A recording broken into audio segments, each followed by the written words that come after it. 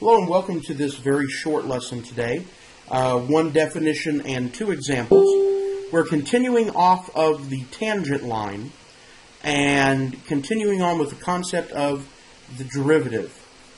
So in the previous example you started with the function f of x equals x squared plus 1 and used the limit process to derive another function, that being the slope equals 2x, which represents the slope of the graph f at the point of x comma f of x or x comma y.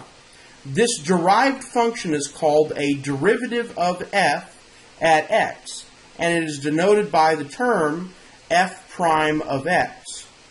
So the derivative of f at x is given by f prime of x is equal to the limit as h approaches 0 of f of x plus h minus f of x over h, provided that this limit exists. Remember that the derivative f of x is a formula for the slope of the tangent line to the graph of f at that point. What's key here is that you're going to hear another term with this, and that is instantaneous rate of change. What is the instantaneous rate of change?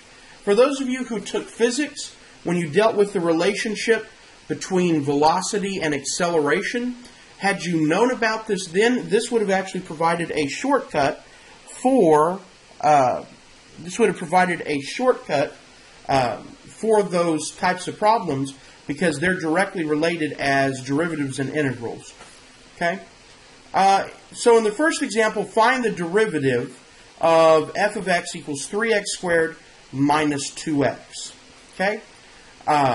In class, I will show you a shortcut of how to deal with more simple problems like this. On here, I'm going to show you the full way. So we start with plugging in our original formula. Let me get out my marker here. My original formula is the limit as h approaches 0 of f of x plus h minus f of x over h. Now, keep in mind, what I'm going to do is I'm going to take this formula over here that I've highlighted in yellow, and everywhere that I have an x in that formula, I'm going to plug in x plus h. That's what this first part is. So 3x squared becomes 3 times the quantity x plus h squared, minus 2x becomes minus 2 times x plus h. And then when I subtract f of x, that just becomes this over here of 3x squared minus 2x. Okay? So once again, this right here is my formula that I start with. 3x squared minus 2x. I'm going to first plug in x plus h in for x right here to get 3 times x plus h squared. Okay? Minus 2 times x plus h. Then I subtract the original function. Remember, this is called a difference quotient. Now, when I expand this out, I get 3x squared plus 6xh plus 3h squared minus 2x minus 2h. That's this portion right here. I can expand this right here. This is, we have to FOIL x plus h times x plus h, which gets you x squared plus 2xh plus h squared, and you have to multiply that by 3. And then distribute your negative 2 through, and then distribute this negative through to this equation. So what ends up happening is 3x squared and 3x squared. Let me circle what gets eliminated here.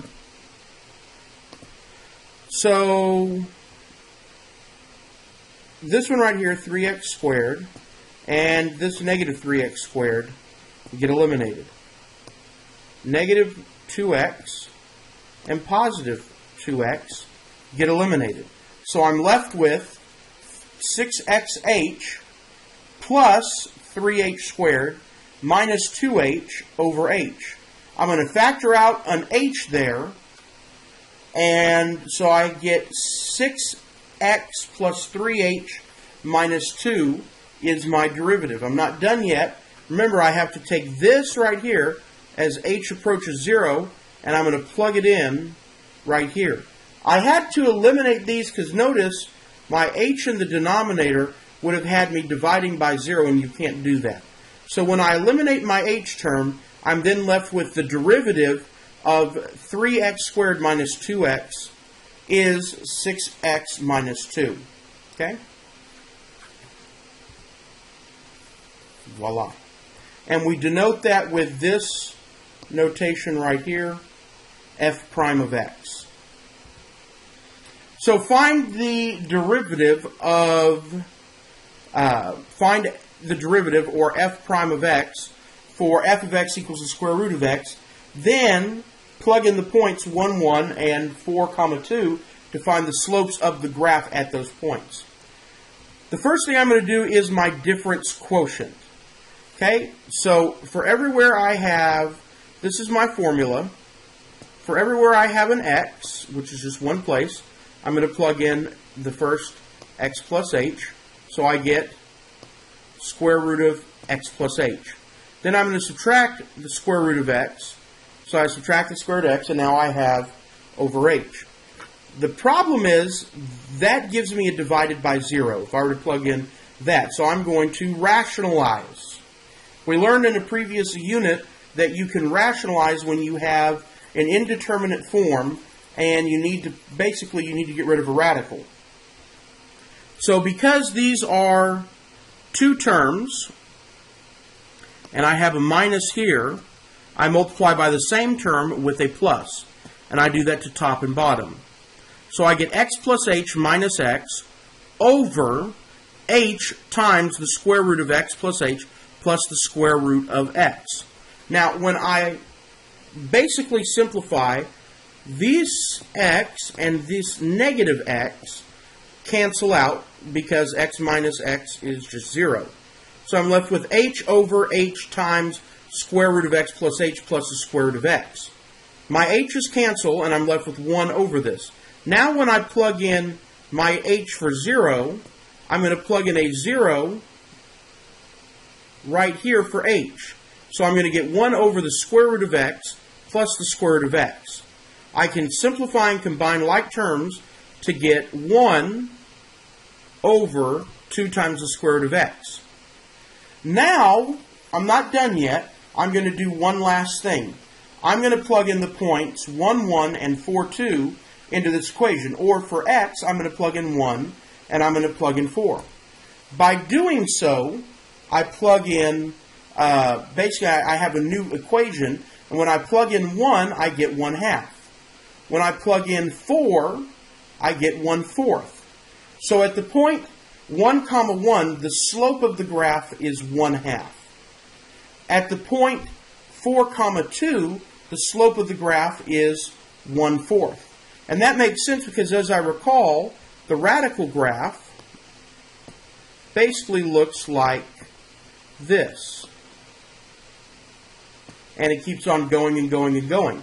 So at the point 1, 1, you have a slope of up 1 over 2. At the point 4, 4, you have a much steeper slope of up 1 over 4. So because the graph levels out as you go forward, you can see that that slope corresponds to it as well.